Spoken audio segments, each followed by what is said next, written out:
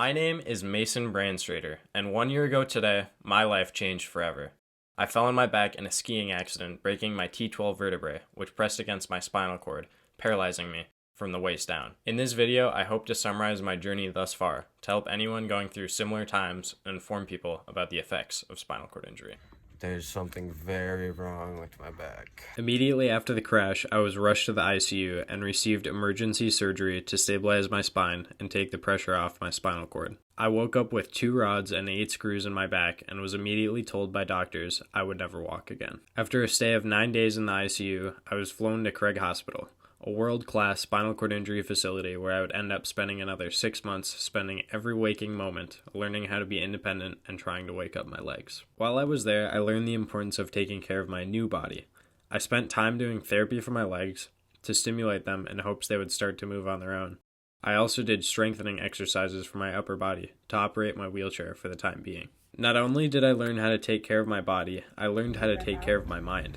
There was a therapist and a teacher there to make sure I was on track both mentally and with my schoolwork. Everyone that worked at Craig was positive and optimistic. As soon as I arrived, if I walk turned into when I walk. Right after the accident, my paralysis was deemed ASIA B incomplete. This is a grade given to a person's state of paralysis using the ASIA scale, a scale made up of 5 letter grades. A couple weeks after the accident, I started to move my hip flexors, but it wasn't until about 2 months later that I started to move some more important muscles. It began in my quads and hamstrings, and after 8 months, I started to regain some glute strength. All of these muscles are coming back to me very slowly. At first, all I got is the tiniest bit of movement, but I have nurtured and strengthened every little muscle since the day they started to wake up. I still have nowhere near normal strength in any of them, but I am making do with what I have. Progress back to walking has been helped and hurt by spasticity. Spasticity is the involuntary movement of muscles, which occurs in about 70% of all spinal cord injury patients. It started in my legs about 2 months after my accident. First, it was extensor tone, the involuntary kicking out of a leg, along with flexor tone, the involuntary bending of a leg. Spasticity helps me straighten and stand on my legs, but it hurts my ability to distinguish muscles from one another and control my movements more accurately. I also experience clonus, an involuntary jolting of muscles. For me and many spinal cord injury patients, clonus often takes place in the calf and bounces your foot up and down. This hurts my ability to plant my foot on the ground during each step and stay sturdy when standing. In addition to spasticity and clonus, muscle tone is another part of the equation. Muscle tone is tension in a relaxed muscle. This can make it harder to stretch and get full range of motion while activating muscles. After soaking up all of the resources and knowledge Craig had to offer, it was time to return to life again. While the move back home was a change, I was now accustomed to navigating uncharted waters. Back in Minnesota, I started a much less intense physical therapy regime, 3 times a week.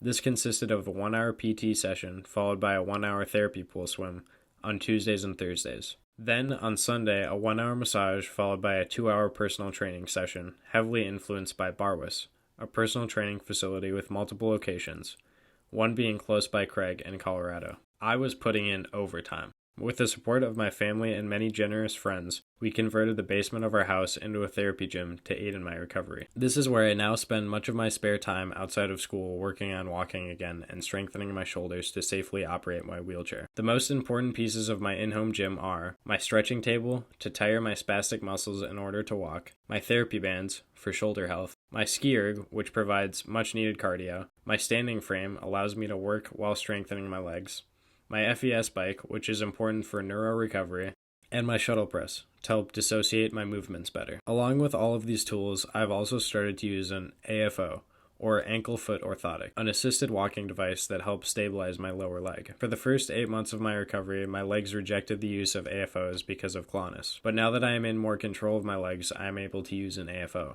I only use this on my left leg as it is weaker and needs help straightening out. This allows me to walk farther and for longer periods of time. Thus far, it is surprisingly helpful for waking up my leg. I am seeing increased glute stability and even the ability to straighten my leg without a brace. Since last year, progress has been slow and steady. Over the short term, it has been hard to see the change, but I've come a long way from where I started. At the beginning of my journey, I was laying in bed with little to no feeling in my legs, and no motor function in either of them. But soon I was moving my legs, then standing, then walking with a walker. Now I can walk on my own using crutches and an AFO. The farthest I have walked without help is 40 feet, and tomorrow holds the promise of walking even farther. Not to mention all of the other victories: driving on my own, swimming on my own, being completely independent, and of course, returning back to school to finish my senior year of high school. Plans after high school to walk again. All things I will never take for granted again. They're all awesome and they're all gunning for you, buddy. All of this has been made possible thanks to my amazing family, all of our caring and generous friends, including everyone I have met along the way, my neighbors who have helped make my house accessible, and of course, all of my outstanding therapists, from my team at Craig and Essentia to my personal trainers at Barwis and Home, Nick and Blake. Thank you all for being an essential part of my journey and always rooting for me and cheering me on. I hope this video has helped you in some way. If I've learned anything from all of this, it's that we can't change the past. We might try to shape the future, but we can live right here, right now, for the simple things, the things we love, and the people we hold dearly. I hope to see you all again, but for the short term, I have some work to get back to. I'll be starting a blog to document my journey and myself. The link will be in the description below. Thank you all for watching.